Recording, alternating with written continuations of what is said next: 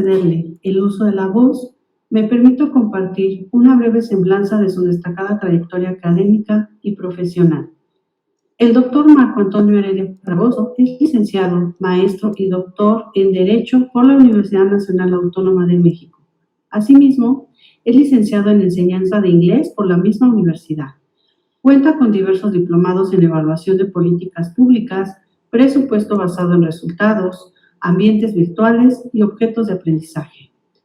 Es director profesional de proyectos certificado por Project Management Institute con estudios de gestión integral de proyectos en la Universidad McGill y en la Escuela de Altos Estudios Comerciales de Montreal, Canadá. Ha sido autor de diversos artículos sobre legislación ambiental, evaluación de políticas, derechos humanos y gobernanza en materia de cambio climático. En el ámbito público se ha desempeñado en la Secretaría de Medio Ambiente del Gobierno del Distrito Federal, en la Procuraduría Federal de Protección al Ambiente y en la Secretaría de Medio Ambiente y Recursos Naturales. En el ámbito internacional, fungió como oficial para monitoreo y evaluación, así como oficial del Programa de Legislación Ambiental en la Comisión para la Cooperación Ambiental con sede en Montreal, Canadá. También ha sido conferencista del Diplomado en Energía y Diplomado en Cambio Climático y Gobernanza del Instituto de Investigaciones Jurídicas de la UNAM, así como expositor dentro del Programa Avanzado de Estudios sobre Medio Ambiente, conducido por el Colegio de México. Asimismo, fue titular de la Coordinación General de Cambio Climático para la Evaluación de Políticas de Mitigación y Adaptación en el Instituto Nacional de Ecología y Cambio Climático, donde también se desempeñó como secretario técnico de la Coordinación de Evaluación, organismo creado por la Ley General de Cambio Climático para llevar a cabo la evaluación de la Política Nacional de Cambio Climático. Actualmente se desempeña como gerente general del Proyecto para Acción Climática en África, financiado por Global Affairs Canadá. Doctor Marco Antonio Heredia Fragoso, agradecemos profundamente su presencia en este espacio académico. Le cedemos el uso de la voz para el desarrollo de su conferencia magistral, Acción Climática para África. Gracias, muy amables. Solamente agradezco muchísimo la invitación que me han hecho, particularmente a través del doctor José Mendoza. Creo que es un gran momento para hablar de estos temas, ahora que hay muchas iniciativas que tienden a retirarse, a mirar hacia otro lado en términos de acción climática.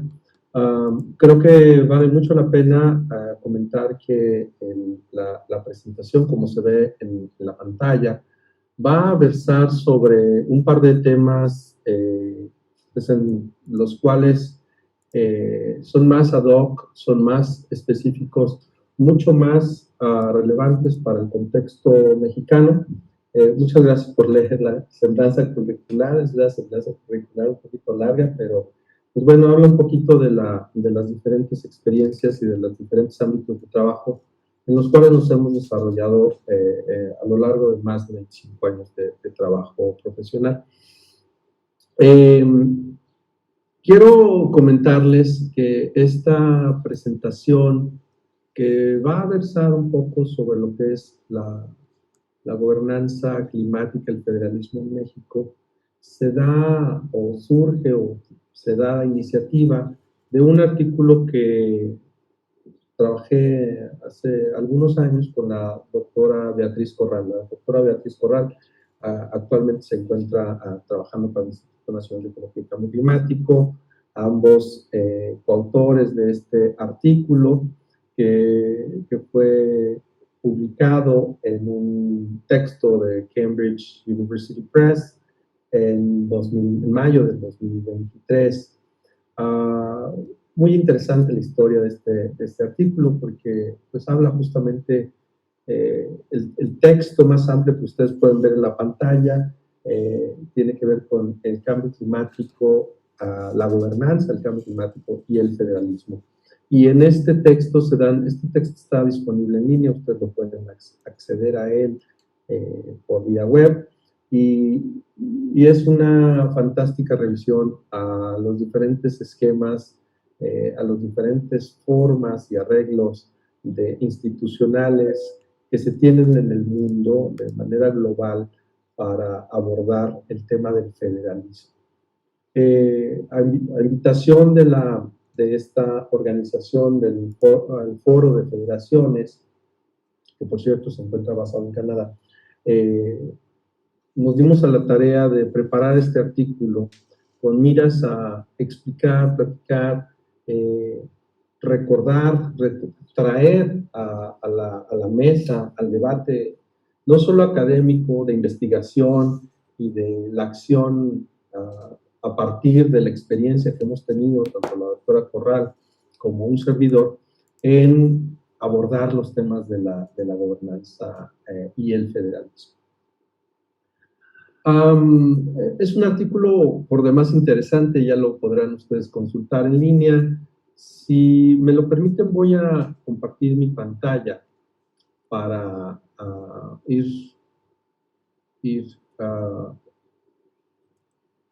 abordando las diapositivas conforme vayamos platicando. Quiero preguntarles si ustedes ven mi pantalla ahora. Estoy compartiendo la pantalla. ¿Sí? Sí, se ve, es correcto. Perfecto. Entonces, muy relevante, creo que en este momento, que decía yo, diferentes actores globales, diferentes actores nacionales, diferentes instancias e interlocutores, están mirando al cambio climático hoy con cierto desazón, con cierto desasosiego, con cierta reticencia. Y bueno, no solo por digamos, las grandes crisis económicas que han surgido a partir de esquemas justamente derivados de la competencia, de la necesidad o de la ambición por hacerse de recursos naturales, por la explotación de hidrocarburos, por justamente por el acceso de esos hidrocarburos a los mercados internacionales. Para nadie es desconocido, desde hace algunos años, casi ya 4, la guerra entre Rusia y Ucrania, justamente por el control de los recursos naturales, de los hidrocarburos, el paso de los gasoductos, etcétera, en ciertas regiones estratégicas del Mar Negro. Recientemente, ¿no? Estos conflictos en Medio Oriente entre diferentes países, entre ellos principalmente Irán, Estados Unidos, y la crisis del acceso a los mercados internacionales del petróleo por parte de las empresas navieras a través de este famoso estrecho de Hormuz. Pues bueno, ¿cómo eso está determinando alzas en precios, alzas en costos, alzas en la disponibilidad de los hidrocarburos? Y todo esto, de alguna manera u otra, tiene que ver justamente con la acción climática. Diferentes países han tomado opciones mucho más conservadoras en términos de poder vincular una acción climática que se dirija hacia una visión más directa, más amplia. Pero ¿qué pasa? ¿Qué ha sucedido en México en los últimos años? ¿En dónde nos encontramos? Les decía yo que la invitación que muy cordialmente me han hecho, a la cual también con mucho entusiasmo yo he respondido, que me trae el día de hoy acá con ustedes, pues me llevó a plantear, a poner de base este artículo que trabajamos. Por cierto, una buena parte de este trabajo fue en el curso de la pandemia, fue el 2020, 2021. Fue un trabajo global, se llevó un par de años adicionales, finalmente se publicó en 2023, como les decía. Pero a la postre, 3 años después, justamente, esto se publicó en mayo del 2023, ahí tienen ustedes el texto, está disponible en línea, ustedes lo pueden acceder, pueden bajar incluso algunos de sus capítulos, si no es que todos, y al revisarlo nuevamente con el gusto de participar con ustedes, Me di a la tarea de pensar un poco más qué significa este texto, estas discusiones, estos hallazgos que, como les digo, se derivan de un ejercicio profesional directo en diferentes ámbitos y contextos, en el gobierno local, en el gobierno de la Ciudad de México, pues ya hace bastantes años. Algunos de las personas que nos ven, pues yo creo que todavía no nacían cuando ya estábamos por ahí en la Secretaría de Medio Ambiente, el gobierno del Distrito Federal, el primer gobierno electo en aquel momento, 98, 99, con una riqueza muy amplia en términos de contacto con la ciudadanía, en términos de proyectos que buscaban en aquel momento introducir nuevos combustibles como gas natural en la ciudad, etcétera, etcétera. Y después, a lo largo de diferentes experiencias en la Procuraduría Federal de Protección al Ambiente, después en el ámbito internacional, ahora con una perspectiva mucho más amplia en diferentes latitudes, particularmente en el continente africano, en mi caso, pero también en el continente asiático y desde luego en América Latina y el Caribe, en donde también participamos con el Programa de Naciones Unidas para el Desarrollo, particularmente en temas de transparencia climática.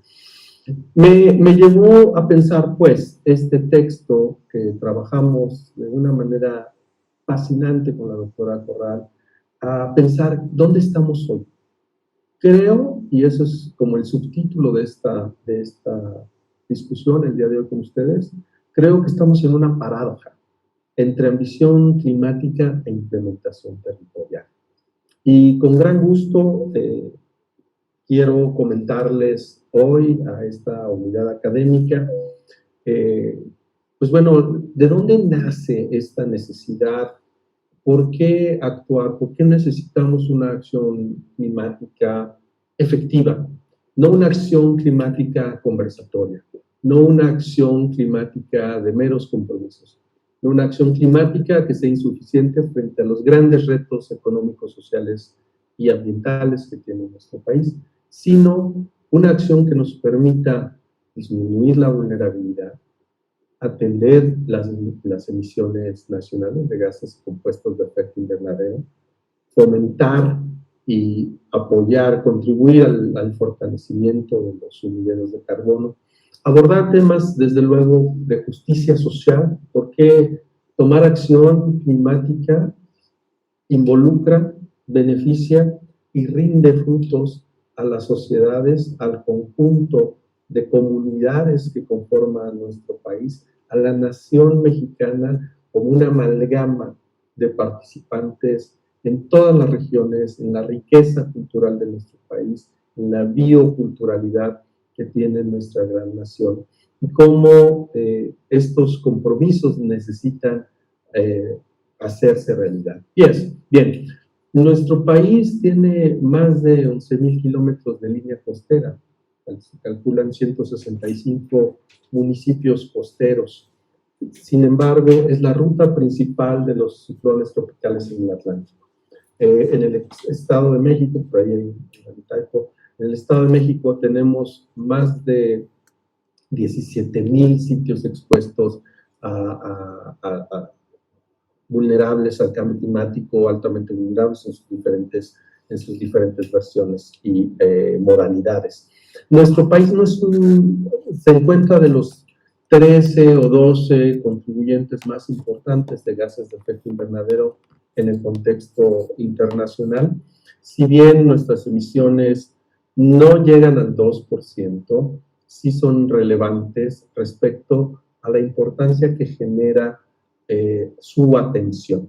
De esas emisiones, la mayor parte, más del 40%, por ahí del 50%, se centran justamente en el tema de energía. Energía, ya sea para la generación eléctrica, energía ya sea para el transporte, para proveernos de bienes y servicios en los diferentes aspectos y ámbitos de la vida cotidiana.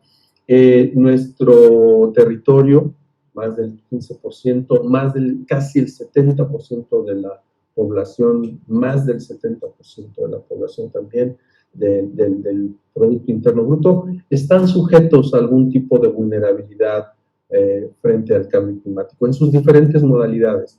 Llamémosle sequías, llamémosle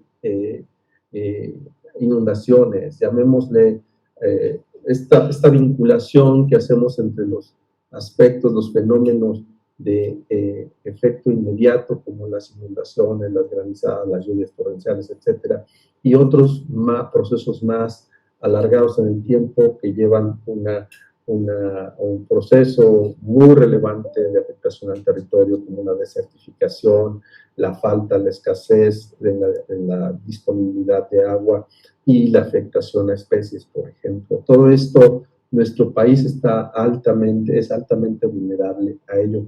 En temas de justicia social, nuestro país tiene una gran cantidad de poblaciones indígenas y dentro de estas comunidades pues principalmente se encuentran en los sitios más vulnerables del país, ¿verdad? Nuestro país ha venido trabajando desde hace muchos años, por lo menos yo pongo en la presentación por lo menos 20 años de política climática en México. Cuando estaba haciendo justamente esta presentación, me vino a la mente justo como a lo largo de 20 años hemos venido estableciendo compromisos, hemos venido estableciendo diferentes formas, medios, mecanismos de decir sí vamos a actuar de manera decidida, frontal y de frente ante el cambio climático. Pero todavía el día de hoy tenemos grandes carencias, tenemos grandes huecos en la acción climática, en la acción pública, privada y social frente a este fenómeno que nos afecta a todos, ¿no? Decíamos, nuestro país, los diferentes municipios, pues han venido construyendo de manera diferenciada a lo largo de estos años una política climática. De hecho, desde antes, nuestro país fue signatario, fue firmante de 3 convenciones que se derivaron de la Convención de Río, la Cumbre de la Tierra de 1992. De ello salió la Convención Marco de Naciones Unidas, posteriormente el Protocolo de Kioto, esto en el aspecto internacional, desde luego, pero poco a poco se fue esto cristalizando, se le fue dando una forma, se le dio ya una cabida dentro, fíjense, casi 10 años después, la Convención Marco de Naciones Unidas al Cambio Climático entró en vigor en 1994, no es sino hasta 2006, empieza a haber algún tipo de acciones pues más específicas para poder vincular, descender, anclar los compromisos de nuestro país, diferentes a la Comunicación Nacional de México, que sí se realizaba por parte de la autoridad federal, en algunas versiones, la primera, segunda, tercera, comunicaciones nacionales, pero ya una adopción al interior del país, pues tardó básicamente 13 años, ¿no? De que se da la primera estrategia nacional de cambio climático, una estrategia pues hasta cierto punto no vinculatoria, no prevista en ley, con compromisos voluntarios del país para tomar acción frente al cambio climático, pero creo que uno de los puntos muy relevantes fue el liderazgo de México después del 2009, con la falla, el fracaso, la debacle constituyó las discusiones en Copenhague, en la COP15 de cambio climático, cuando el mundo, en realidad, y lo decimos ahora con un cierto sentido de añoranza, el mundo estaba completamente dispuesto a tirar por la borda la acción climática. Y vino México en 2010, con la COP16 en Cancún, a retomar un punto muy relevante en las discusiones climáticas. Las discusiones anteriores en materia de cambio climático hasta el 2010 trataron principalmente de cómo mitigar el cambio climático, cómo generar esquemas económicos que pudieran desarrollar proyectos. El protocolo de Kioto es todo esto, ¿verdad? Cómo hacer proyectos conjuntos, cómo hacer un mercado de carbono, cómo ponerle precio a este carbono. Y bueno, todo esto sin mirar al territorio, todo esto sin mirar a las personas, todo esto sin mirar los ecosistemas, las especies, la vulnerabilidad como un elemento esencial de atención de su disminución para una acción efectiva al cambio climático. Todo esto arrojó todo este liderazgo internacional de México al traer a México a la COP en Cancún en 2010, generó pues todo un movimiento muy importante que finalmente culmina en 2015 con el Acuerdo de París, cuando se presenta la primera contribución nacionalmente determinada. Ustedes lo ven en la pantalla como NDC, es el nombre que tiene, o INDC en su momento, la contribución determinada a nivel nacional, que es un elemento que cada uno de los países en el contexto del Acuerdo de París busca comprometerse frente a la comunidad internacional como esta manera de concretar los compromisos del país frente a la comunidad, frente a su propia nación y frente al espacio internacional. Entonces, en 2015 se da la firma del acuerdo, de la adopción del Acuerdo de París, se firma un año después, entra en vigor un año después también, y para el Acuerdo de París, no vamos a hablar con mucho detalle de esto, pero es el marco de compromisos internacionales. Mucho se habla que si el 1.5, el Acuerdo de París establece que no se debe de tomar acción climática para no superar los 2 grados centígrados en la elevación de la temperatura, y para realizar esfuerzos que permitan no superar los 1.5 grados. Desafortunadamente, ese ámbito a 10 años de la firma del Acuerdo de París ya comienza a superarse. Se esperaba que esto no llegara a ocurrir, por lo menos ni siquiera en la primera mitad del siglo, que estamos hablando del 2050.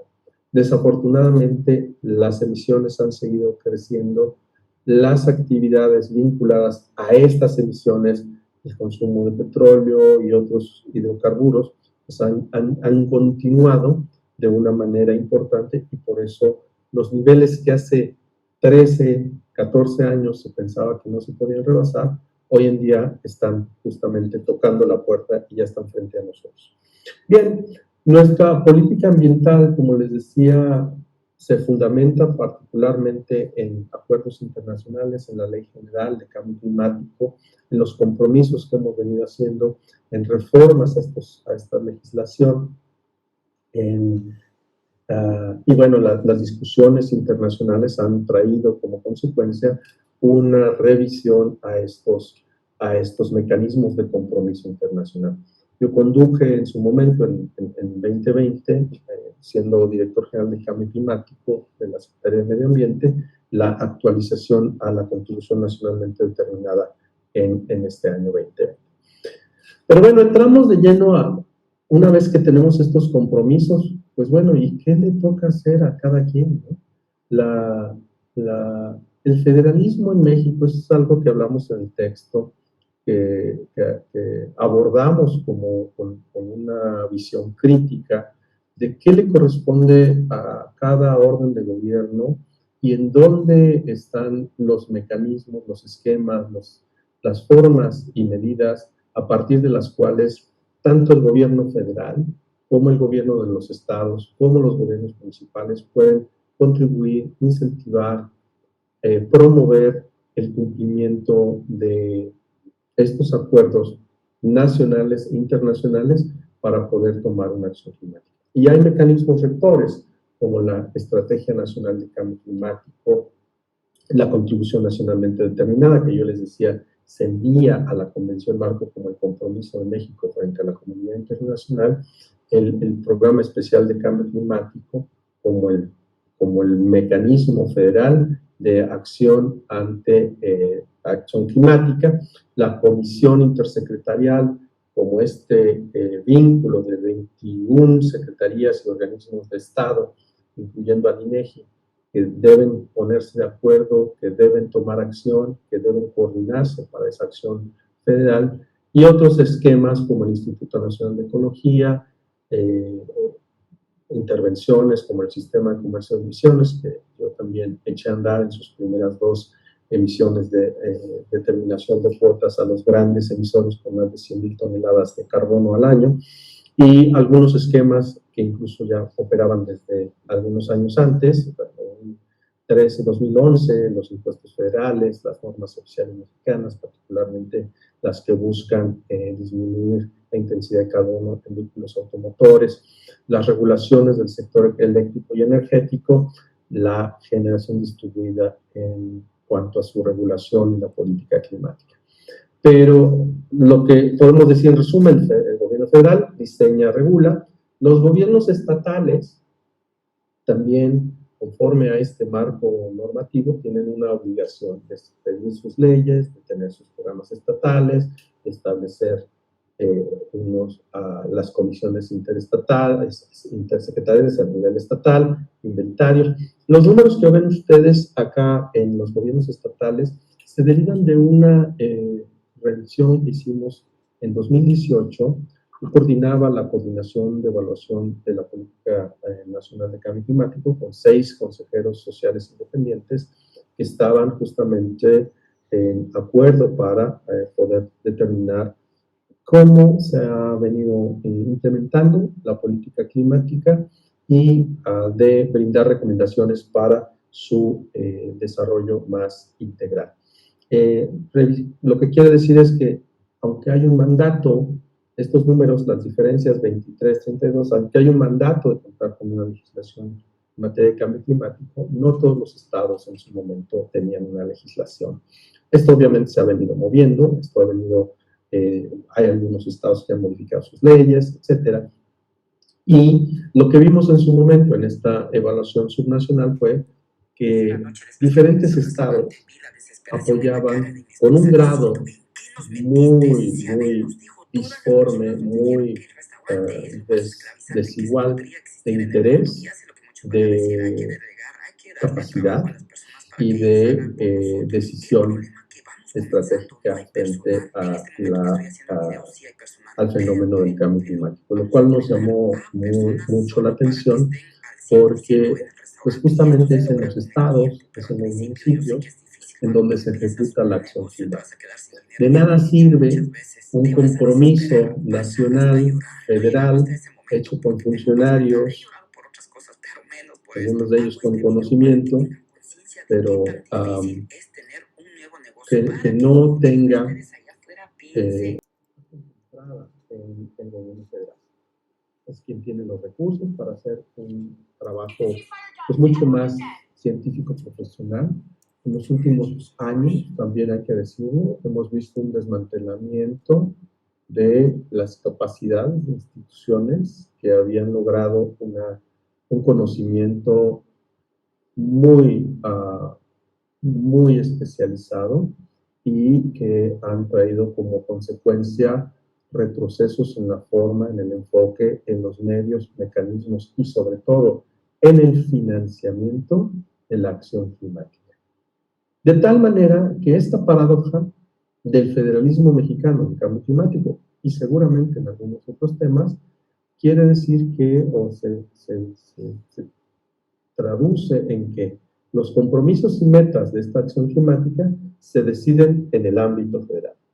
Pero la implementación, por otro lado, ocurre en estos 3 órdenes de gobierno, en donde en muchas ocasiones no hay capacidades similares.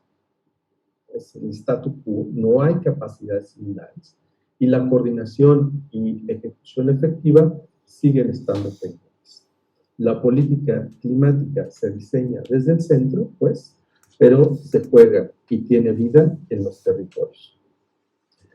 Cuando les decía que evaluamos la política climática en su momento, vimos avances importantes, un marco legal robusto, instituciones consolidadas, más leyes, más programas estatales, comisiones. En su momento, allá por los años 2000, 2010, en el gobierno de la Ciudad de México, por decirles un ejemplo, contaba con una comisión intersecretarial con más de 50 participantes en una reunión donde el jefe de gobierno en su momento era el que presidía. Pues en una reunión con 60 titulares o 50 titulares de instancias públicas, pues yo no veo cómo puede ser eso una acción efectivamente que se reglamente y se tenga una serie de metas, objetivos, indicadores. Revisamos, por ejemplo, el caso del Estado de México. Había cuando hicimos esta evaluación, tenía una comisión intersecretarial de cambio climático que no se había reunido. ¿Y cómo poder tomar acción si un mecanismo que está diseñado para coordinarse, pues no se reúne? Es muy difícil tener una acción climática efectiva. Esta evaluación la pueden ustedes consultar, está en línea, es la evaluación estratégica del avance de subnacional y la implementación de la política de cambio climático, realizada por INMEC, la coordinación de evaluación. En su momento me tocó coordinar esos trabajos en el Instituto Nacional de Ecología y Cambio Climático. Hay una mayor disponibilidad de información e inventarios, pero los datos, la información, el presupuesto para gestionar ese conocimiento, esa información no estaba disponible. Un financiamiento limitado. Y también vimos que había casos exitosos, que había casos como el de Yucatán en su momento, que habían tomado decisiones estratégicas para limitar los efectos adversos del cambio climático, estando tan expuesto, estando tan sensible en algunos casos y tan con una capacidad disforme o de nueva cuenta completamente disímil a lo largo de los diferentes municipios, pues es una acción que definitivamente en su momento quisimos documentar como un caso que permitía avanzar en esta atención frente a la vulnerabilidad, frente a las emisiones y capturas de gases de efecto invernadero. Un tema importante fue, y creo que está desarrollado en la cajita que está acá abajo, es, si se observa, estos problemas no tienen que ver con la presencia o ausencia de leyes. En algunos casos sí, en algunos casos similares, decíamos, había una presencia de leyes, pero no se implementaba, como el caso del Estado de México, por ejemplo, con esto de la Comisión Intersecretarial de Cambio Climático, sino tiene que ver en cómo interactúan, se coordinan, colaboran, se hablan las instituciones. Esto ustedes lo pueden ver en la evaluación, como se les comento. Nuestra paradoja, pues, es que la principal brecha de la política climática mexicana no es normativa. Se cuenta, así dice la evaluación, verbatim, se cuenta con un marco jurídico robusto. Pero la gobernanza y la implementación, la articulación de estos diferentes niveles es un tema que todavía está pendiente. Pasamos, pues, en este capítulo, algunas lecciones clave fueron la coordinación es el cuello de botella. Nuestro Sistema Nacional de Cambio Climático, que ya les presenté, pues se diseñó, su razón de ser fue justamente para articular esta acción entre Federación, Estados y municipios, academia y sociedad. La sociedad tiene un papel también muy importante que cumplir en este aspecto. Pero, pues generalmente, las reuniones del Sistema Nacional eran para difundir información. Falta, es necesario reglamentar su operación para saber cuáles son las metas que tiene el Sistema Nacional, cuáles son los objetivos que va a cumplir, cuáles son los indicadores a partir de los cuales se va a medir su acción efectiva.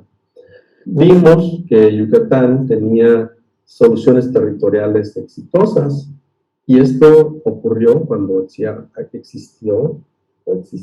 existe un liderazgo estratégico de actores involucrados, de comunidades indígenas participando, de los propietarios y poseedores del territorio con una decisión de hacer frente a este fenómeno complejo.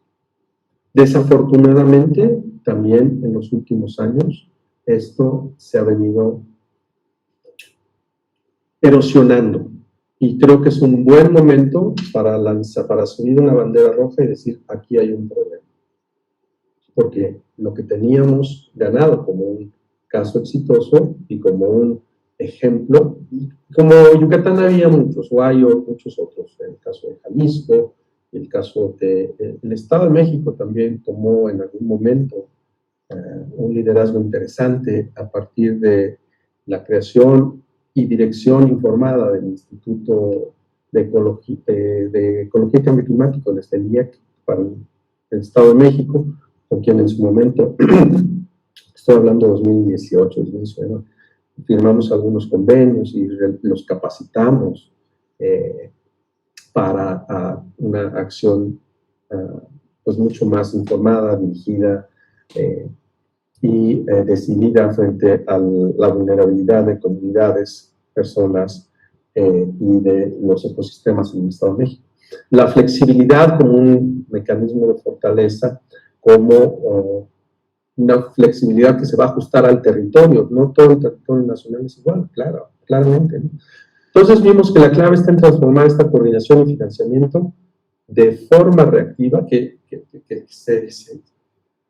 está diseñado para reaccionar en una gobernanza colaborativa, preventiva y que pueda tener una base innovadora desde soluciones locales en el territorio. Es lo que pasaba en Yucatán en muchas ocasiones a través de esta junta interestatal para la biodiversidad, cambio climático, los temas que abordaban en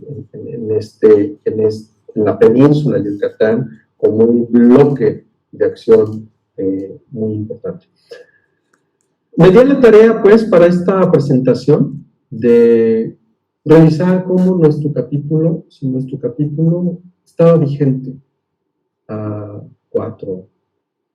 3 años de publicación del libro, 4 años, 5 años de la formulación del artículo.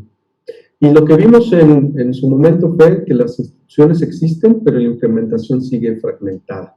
Cuando hablamos del capítulo, esto es lo que decimos. Y se identifican brechas estructurales, coordinación, capacidades, financiamiento, información y territorialización.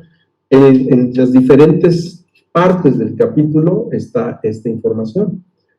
Me di a la tarea de revisar la estrategia incluida en la contribución nacionalmente determinada más reciente, que fue presentada el año pasado, a finales del año pasado, hace 6 meses o 7 meses, frente a la Convención Marco. Y la contribución establece que el cumplimiento depende de la contribución, de esos compromisos de México, depende en gran medida de estados, municipios y demarcaciones. Y ahí están los lugares en donde dice, o sea, nuestro artículo está vigente y está vivo, estas observaciones están vivas en el documento.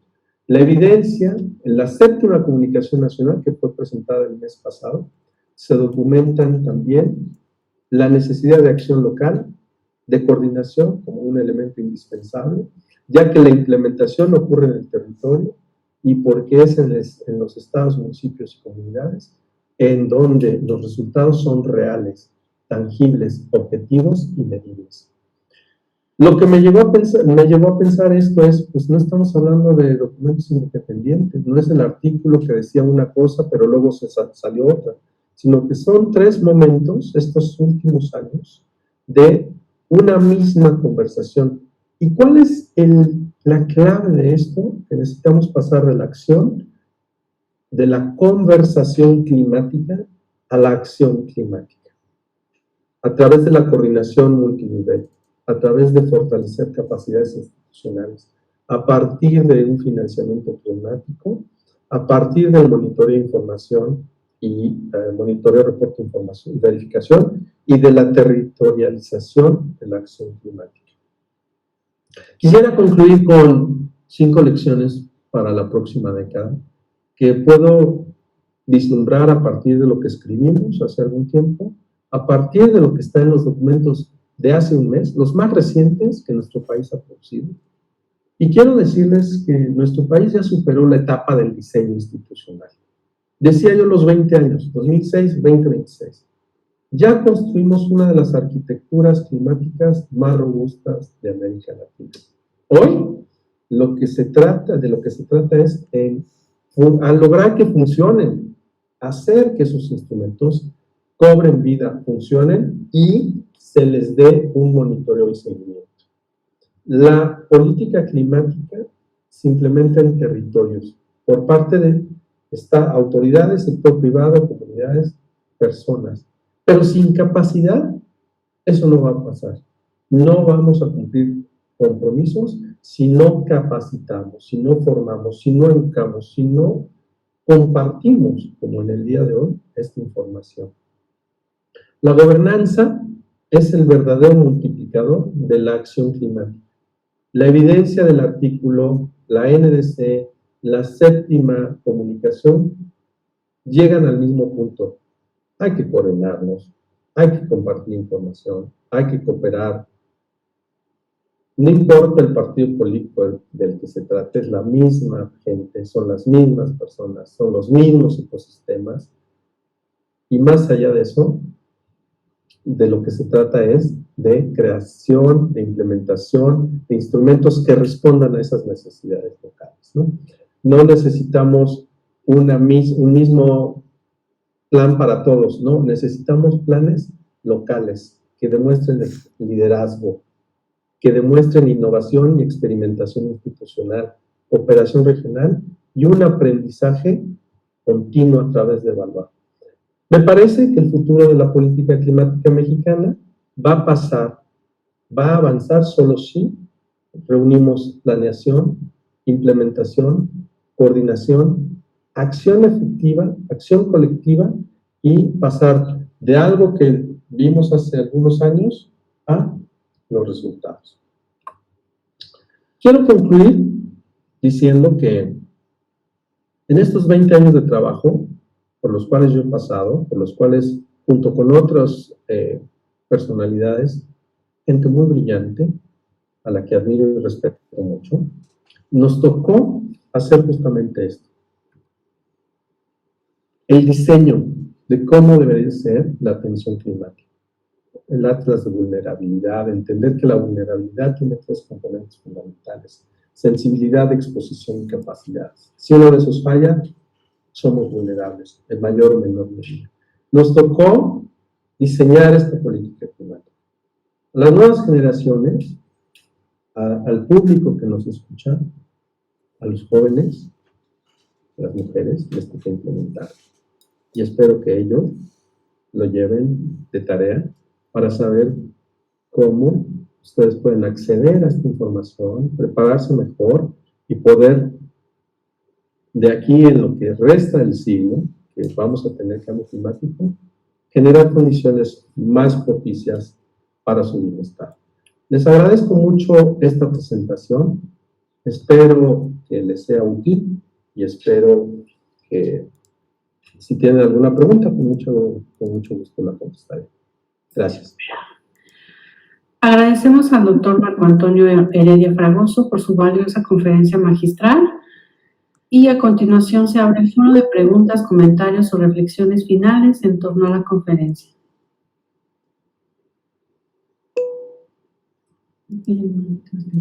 Adelante, doctor Mauricio Gosé, y posteriormente, doctor Joel Mendoza Ruiz, por favor. Felicidades, doctor. Gracias por estar aquí con nosotros. Ya que la brecha no es normativa, ¿usted considera parte de fortalecer esos mecanismos de coordinación, por ejemplo, el SINAC? ¿Será necesario a nivel constitucional replantear un nuevo sistema de distribución de competencias y recursos? ¿O no es necesario, más bien es solamente la coordinación sin reforma constitucional? Yo creo que, mira, nosotros en el artículo planteamos que el SINAC se convirtió en un foro en una juntota. No lo decimos así, obviamente. La realidad es una junta grande en donde les van a dar una agenda van los subsecretarios o los secretarios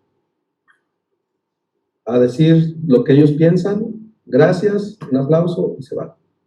Yo lo que creo es que el SINAC, no, lo que necesita el SINAC son reglas de funcionamiento, son reglas de establecimiento de metas, de establecimiento de objetivos. ¿Para qué le sirve al secretario de Economía o para qué le sirve al secretario de Medio Ambiente o a la secretaria de Medio Ambiente ir a esta reunión de un sistema nacional si para ella es una reunión más en su agenda? ¿Cuál es el objetivo? Y esos objetivos deben ser publicados y a esos objetivos debe buscarse la participación pública. Creo que el asunto no es constitucional o no constitucional. Eso no hay debate porque se tiene la autoridad para actuar. Ahora lo que hay que hacer, me parece, es establecer para qué, cómo y cuándo vamos a cumplir con esas metas nacionales. Miren, es muy importante esto que les digo porque a veces parece que es una verdad de perogrullo. Pues cómo no va a ser, ¿verdad? Pero pues les puedo decir que hace algunos años preparábamos notas con todas las acciones que íbamos a hacer y de repente llegaba el jefe del Ejecutivo a decir cómo iba a extraer más petróleo. Entonces decimos, ¿cómo para qué sirve esto? ¿Para qué sirve esto si estamos utilizando este mecanismo de cambio climático para incentivar la industria petrolera, que yo ni estoy en contra, ni creo que deben, o sea, quien diga que hoy ya deben acabar los hidrocarburos está muy mal, porque hoy en día lo que necesitamos son opciones que permitan demostrar bajo costo, mayor eficiencia y menores cargas a las personas y al ambiente.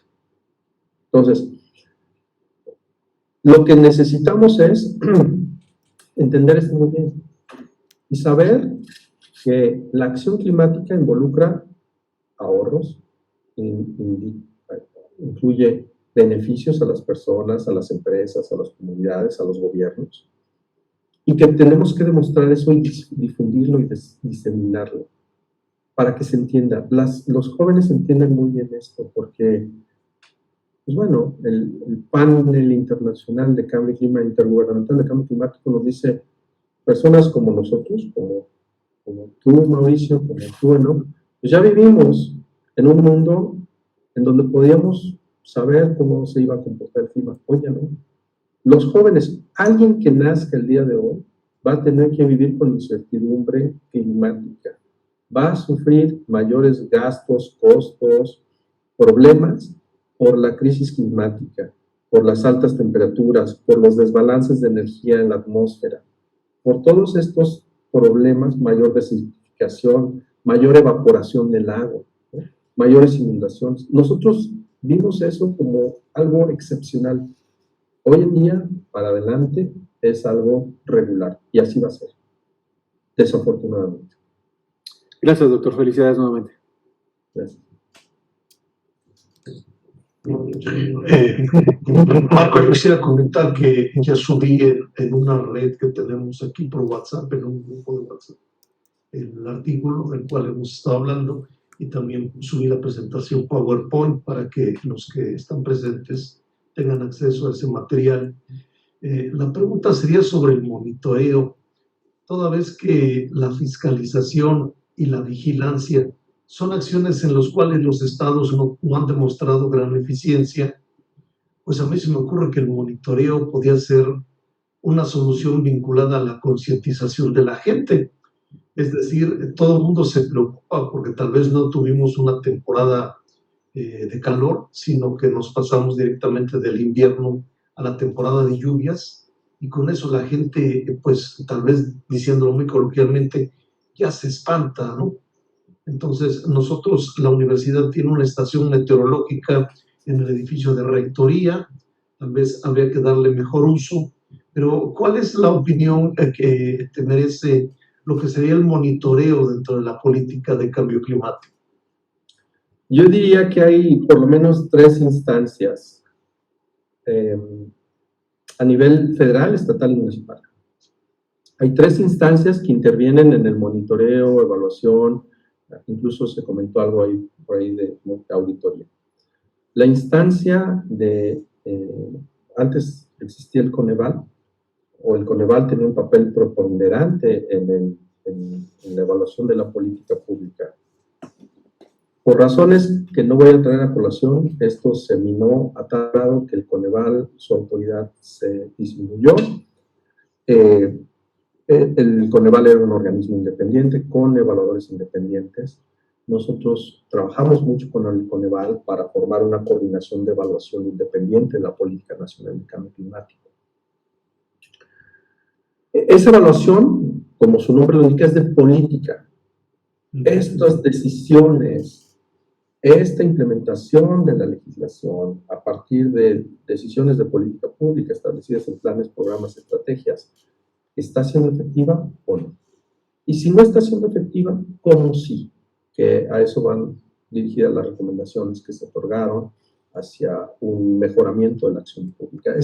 Esto de evaluación de la política pública es un ámbito, ¿no? Acotado, restringido. Nos vinculamos incluso con el sistema de evaluación del desempeño en el ejercicio de recursos públicos, que es un esquema similar que maneja Hacienda, la Secretaría de Hacienda, para los organismos federales con presupuesto federal. Entonces, el mecanismo de política pública, el mecanismo de ejecución en el desempeño del ejercicio público, a partir del presupuesto basado en resultados, y toda la perspectiva de el uso apropiado, eficiente y efectivo de recursos públicos, que es otro que realiza.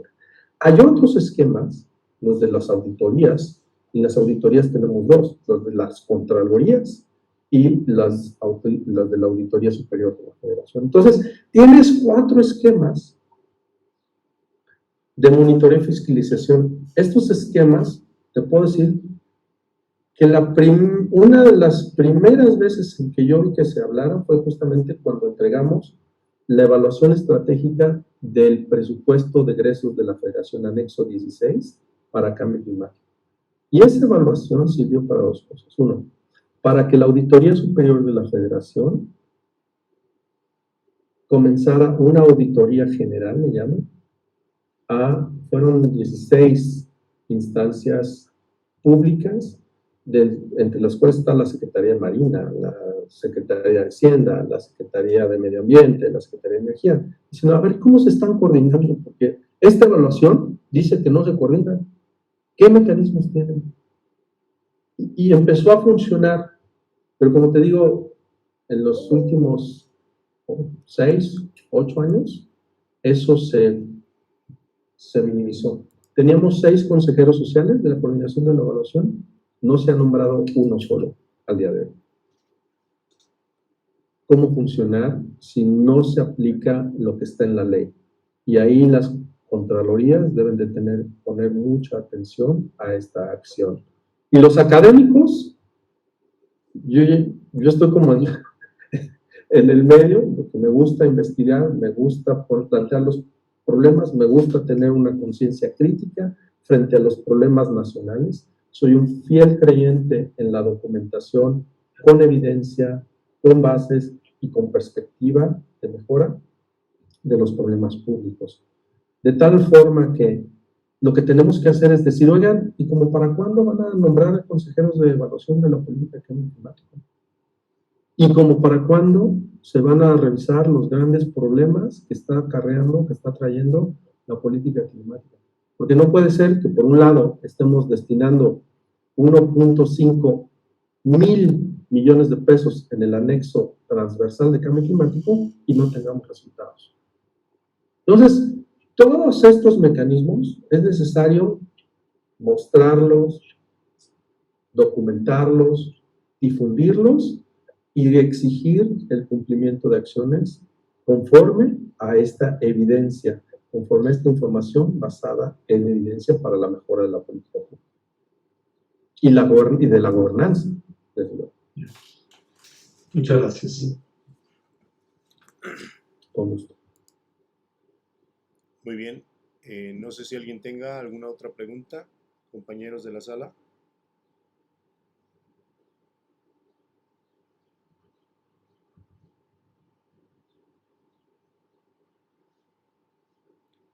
Anímense. Con gusto les contesto. Sí, si no la pueden ahí ponerla en el chat, no hay ningún Sí. problema, por favor.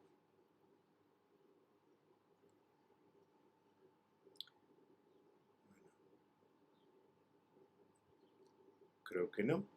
Entonces, vamos a continuar, por favor.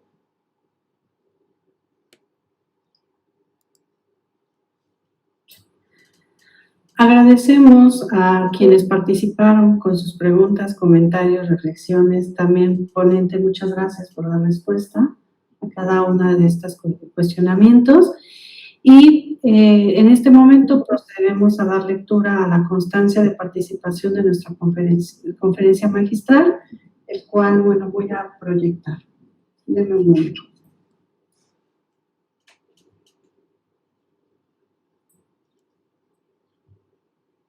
Sí, se puede, ¿verdad? Sí. La Universidad Autónoma del Estado de México, a través de la Unidad Académica Profesional Cuautitlán Izcalli y la Red de Investigación para el Desarrollo Sostenible, otorga la presente constancia al doctor Marco Antonio Heredia Fragoso por haber impartido la conferencia magistral Acción Climática para África, de manera virtual sincrónica en el marco del tercer Congreso Internacional en Estudios de Sostenibilidad Multisectorial y tercera reunión anual de la Red de Investigación para el Desarrollo Sostenible, desarrollado el día 7 y 8 de julio en Cuautitlán Izcalli, Estado de México. Firma la doctora Liliana Antonia Mendoza González, coordinadora de este espacio académico, y el doctor Enoc Gutiérrez Pallares, representante de la red REDSO. Patria, Ciencia y Trabajo. Muchas gracias.